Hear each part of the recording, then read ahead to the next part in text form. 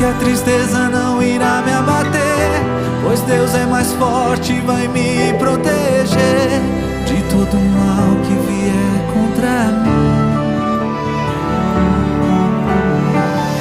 A tristeza não tem nenhum poder sobre mim. Nas asas do meu Senhor eu me esconderei.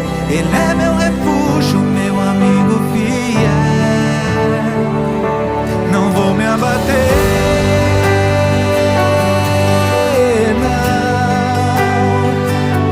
não vou me abater, não,